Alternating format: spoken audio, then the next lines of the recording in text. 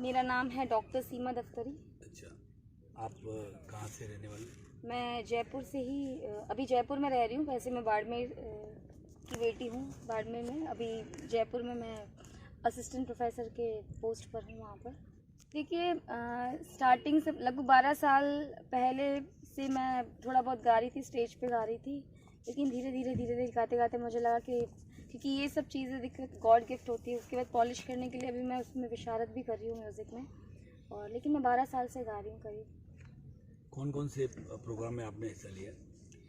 मैंने वैसे all over world में तो नहीं कहूँगी, पर इंडिया में मैंने मोस्टली सारे ही स्टेट्स में मैं प्रोग्राम, चाहे हैदराबाद हो, चाहे राजस्थान, अहमदाबाद, गुजरात, मतलब सारी स्टेट में सारी जगहों पे मैंने अपने प्रोग्राम्स किए हैं। सोशल प्रोग्राम में मैं हमेशा एक्टिव रही हूँ और मैंने हमेशा जैन भजन गाए हैं। लेकिन अब मैंने काफ़ी अपने बाकल माता के भी भजन गाए हैं। कई जगह से कॉल्स आते हैं तो वहाँ से भी मैं भजन कर रही हूँ।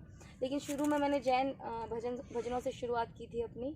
और जैन भजन गायकों में मुझे लगता है कि हमारे इंडिया में अगर जैन भजन गायकों में लगभग अब 10 लोगों का नाम लेते हैं तो उसमें आजकल मेरा भी नाम थोड़ा लिया जाने लगा है। चलो 2 लाइनें कुछ सुनाए जो आपको बचपन में पसंद आई हो। अच्छा, मैं ज़रूर सुना। अभी मैं शादी में आई हुई, इधर थोड़ा सा गला वैसा है, पर ठीक है। हाँ, मैं सुनाती हूँ 2 लाइन। आप भजन सुनना और जो आपको अच्छा लगे, जिससे आपको लगा कि ये मैं गा रही हूँ, ये मुझे अच्छा लगेगा, ये आगे जाके मुझे टीज करेगा वो है। ओके। देखिए मैं एक वैसे बच्चों को पढ़ाती हूँ, असिस्टेंट प्रोफेसर हूँ और मोटिवेशनल स्पीकर भी हूँ मैं। तो मैं ऐसे ही कुछ लाइन सुनाती हूँ जिससे मुझे लगता है कि हमको मोटिवेशन मिले। सॉरी। ये मत कहो खुदा से मेरी मुश्किलें बड़ी हैं, ये मुश्किलों से कह दो मेरा खुदा बड़ा है। देखिए मैं शादी में आई हूँ, यहाँ पे 2 दिन से होस्ट कर रही हूँ प्रोग्राम, तो हो सकता है मेरा गला थोड़ा सा अभी साथ ना दे। इतनी अच्छी सिंगिंग करने के बाद आपको जज करने का भी मौका मिला, कहाँ पे जज किया आपने और किन किन को जज किया? मैंने काफ़ी तेरापंथ संप्रदाय के काफ़ी प्रोग्राम्स को मैंने जज किया है सिंगिंग। एंड मैंने लॉयंस क्लब के कुछ सिंगिंग कॉम्पिटिशन्स को भी जज किया है।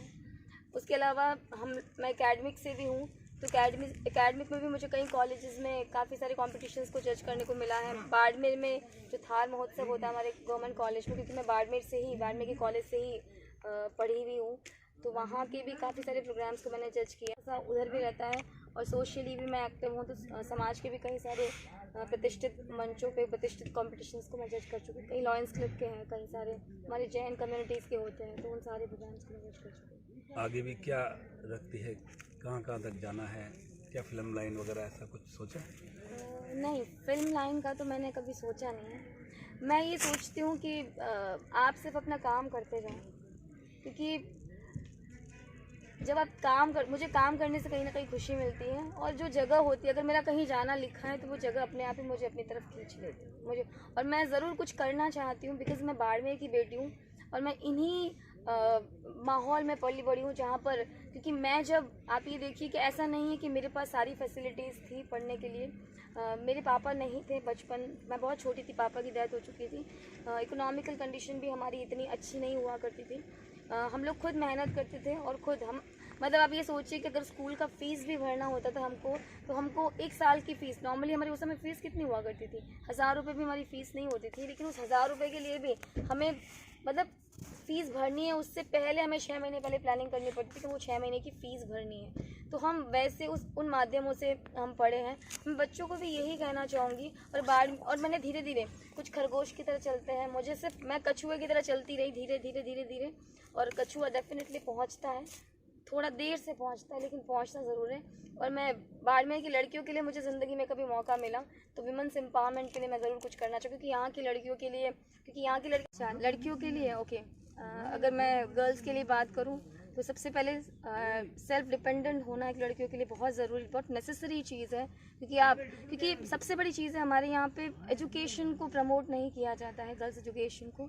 तो गर्ल्स एजुकेशन को आप ज़रूर प्रमोट कीजिए। और मैं ये देखिए मैं एक शादी में आई हूँ, मुझे लगता है कि यहाँ पर शादी में बहुत लंबा चौड़ा दहेज दिया जाता है लड़कियों को, लाखों में। मैं एग्जैक्ट अमाउंट तो नहीं बताऊँगी, पर लाखों में लोग दहेज देते हैं। मुझे लगता है कि अगर आप अपनी बच्ची को पढ़ा लिखा के आप दहेज दे रहे हो तो आप उसको पढ़ा लिखा के इतना कैपेबल बना दो कि उसे ज़िंदगी में अपने पति के सामने भी किसी चीज़ के लिए हाथ नहीं फैलाना पड़े। तो अगर आप वो बना देते तो वो अपने आप में दहेज है उस बच्चे का। तो मैं यही जो दहेज प्रथा है हमारे यहाँ पे बाड़मेर में, जो चीज़ें हैं गर्ल्स के लिए, जो गर्ल्स एंड बॉयज़ का जो इतना ज़्यादा वो चीज़ें हैं, वो थोड़ी सी कम होनी चाहिए। और ये सब चीज़ें सिर्फ एक ही चीज़ से ठीक हो सकती है, वो एजुकेशन से। एजुकेशन अपने आप में हमारे दिमाग को डेवलप करता है। और कहीं चीज़ें सुधर रही हैं लेकिन अभी भी ज़रूरत है चीज़ों को और ज़्यादा सुधारने की। एजुकेशन, गर्ल्स एजुकेशन के लिए, प्लस गर्ल्स सेफ्टी के लिए, क्योंकि आप देख रहे हैं छोटे छोटे बच्चों के साथ हमारे समाज में क्या हो रहा है। तो ये girls safety and girls education मेरे लिए लगता है कि मुझे, हम सभी को इसके लिए कुछ ना कुछ ज़रूर करना चाहिए हमारे समाज में। अभी हालात ये है कि 1 साल से कोरोना अपने देश में फैला हुआ है, पूरी वर्ल्ड में फैला हुआ है।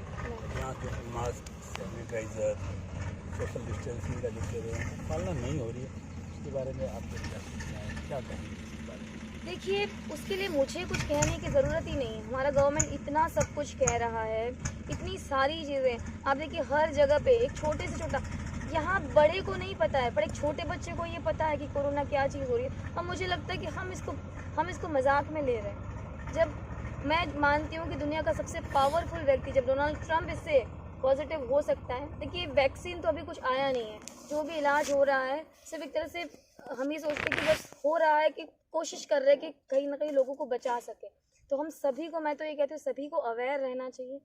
देखिए अभी मास्क की वैक्सीन, गवर्नमेंट इतना बड़ा अभियान चला रही है हमारे राजस्थान में। राजस्थान गवर्नमेंट आप देखिए इतना बड़ा अभियान चलाया है उसने मास्क उसके लिए। तो मैं राजस्थान गवर्नमेंट को भी बहुत ज़्यादा साधुवाद देना चाहूँगी कि हम लोगों की सेफ्टी के लिए, देखिए जब सरकार हमारी सेफ्टी के लिए इतना सब कुछ करी तो हमारा भी थोड़ा बहुत फर्ज बनता है कि हम अपनी सेफ्टी के लिए, सरकार हमारी सेफ्टी के लिए कर ले, लेकिन हम खुद अगर अपने आप को, अपने जीवन को अगर बहुत हल्के में ले रहे तो हमसे बड़े बेवकूफ़ मुझे नहीं लगता कोई हो सकता है इस दुनिया में। बहुत